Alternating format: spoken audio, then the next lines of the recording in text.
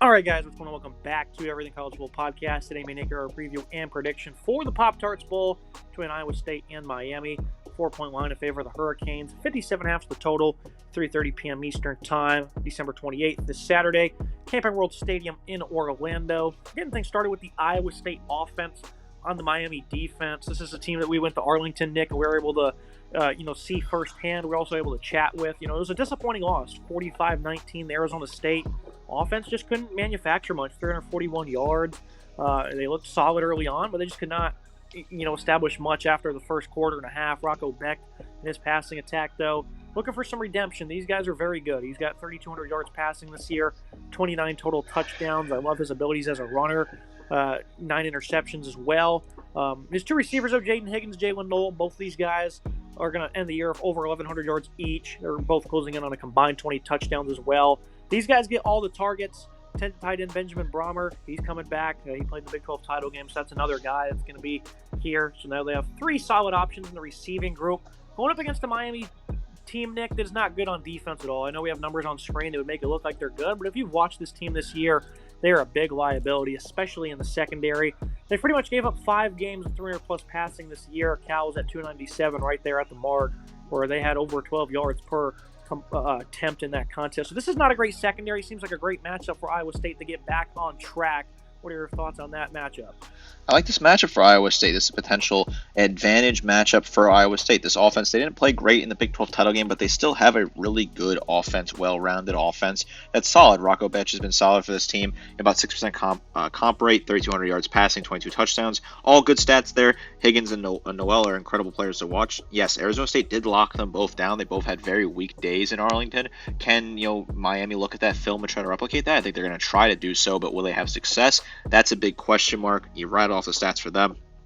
Noel has 15 yards for grab. Each of them have over 80 yards per game, so they get a lot of targets. 72 for Noel, 87 for Higgins. These guys get tons of targets. The next highest targeted player is the tight end Gabe Burkle, who only has 22 targets. Benjamin Brahmer, another tight end on the roster, was playing decent football, but he's been banged up throughout the season. This offense can run the ball at times as well. Beck is a really solid runner, about 300 yards for him and 7 scores, while Carson Hansen, the number 1 back for this team, 670 for him and 11 scores, about 5 yards per carry. He's a solid player on the ground. I do like what I've seen there.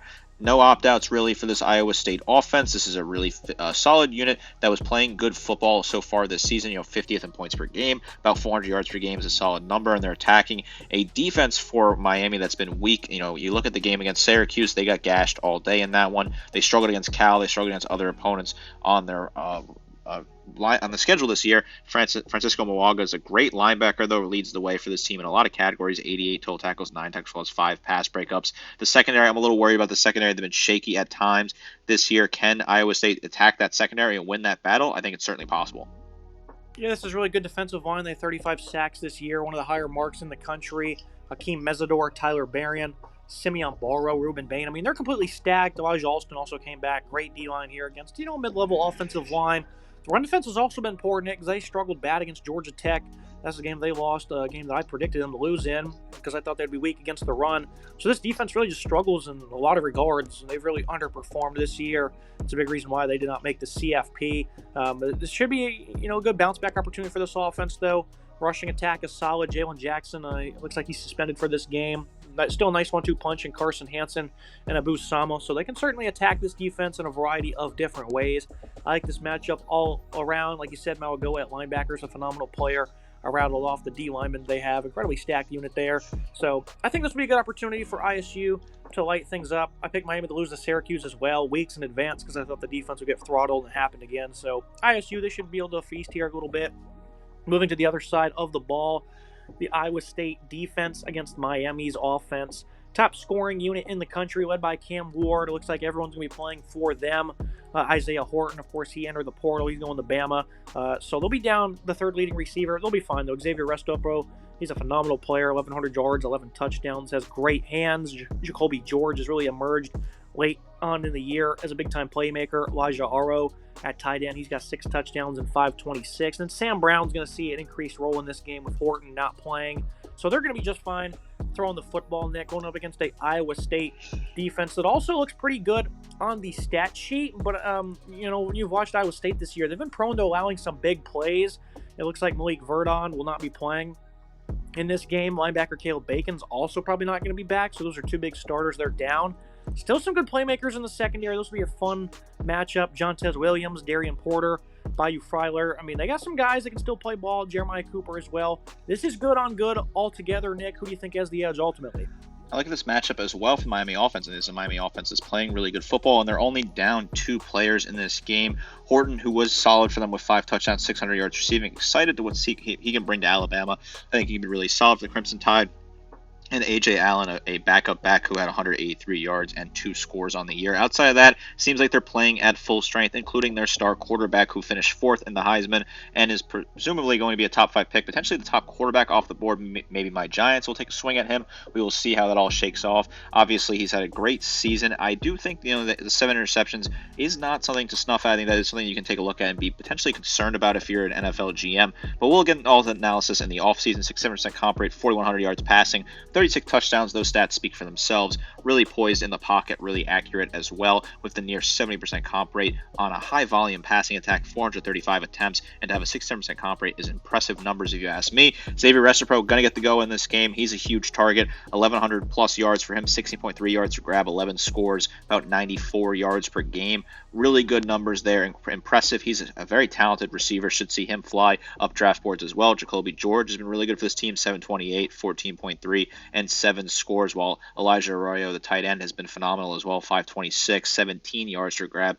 and 6 scores. Sam Brown will get some targets as well. He's been really solid for this offense. They've been able to run the ball as well, which I think is certainly a key to balancing out this passing attack. When I look at this defense for Iowa State, yes, they got gashed against Arizona State, but they're overall a pretty convincingly strong unit that I do think has played good football this year. They're hard-hitting. They make good tackles, giving up 21 points per game, top 40 in yards per game. They're a really good pass defense, which is certainly a matchup there, a chess match when you look at it like that. Bo Filer at cornerback is a great player in the defensive back, 82 total tackles for him, 3 tackles for loss, 2 interceptions, 5 picks, while Malik Verdon, another defensive back, has 76 total tackles, 5 pass breakups, and 4 tackles for loss. Really good numbers. Jeremiah Cooper is another very underrated defensive back on this team, 7 pass breakups and 44 total tackles for him.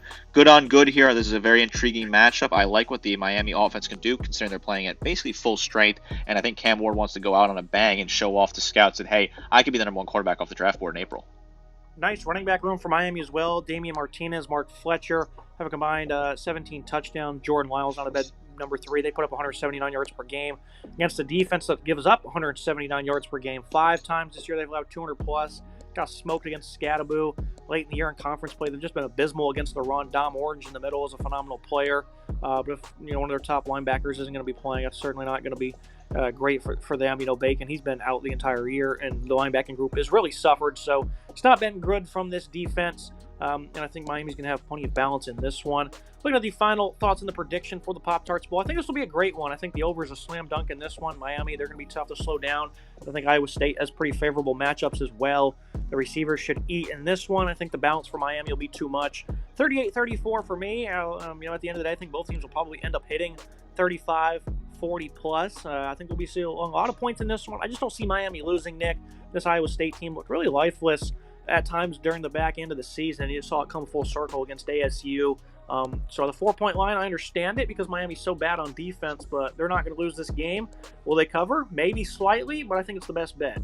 I like what this Miami team can do. I'm going to take them to win this matchup. I'm very excited for this game. The Pop-Tarts Bowl is kind of that silly, gimmicky thing that you really love about bowl season. Last year, they had the edible mascot and all the fireworks, kind of did that intro like he was a pop star. Just hysterical to watch, and they're really amping it up again this year. The sidelines have sprinkles in the white paint, a nice little touch there. They have the trophy that is an actual working toaster that can pop out Pop-Tarts, which is awesome. They've done the rounds. I think this is what you got to do in social media, or in the social media era, where bowls are not as popular, not as meaningful. A lot of players opt out. You got to make your bowl stand out by having a great social media presence, a lot of gimmicks like that. Some people hate it. I love it. I think it makes it really interesting and a lot of fun, makes you giggle, makes you have a good time, and it really stands out. I think a lot of people are looking forward to the Pop-Tart Bowl after last year's stunts and all that. I think they're going to continue to ramp it up, and when you get to watch consensus top 5 pick play quarterback in this game, I like that as well. I think this Iowa State team's gritty, and I think this Miami offense is super fun. Damian Martinez is great to watch, Super Bowl dog weekend visitor. I like what he can do as well on the ground. And I like what this Miami offense in general can do. I think a high-scoring affair is certainly in order.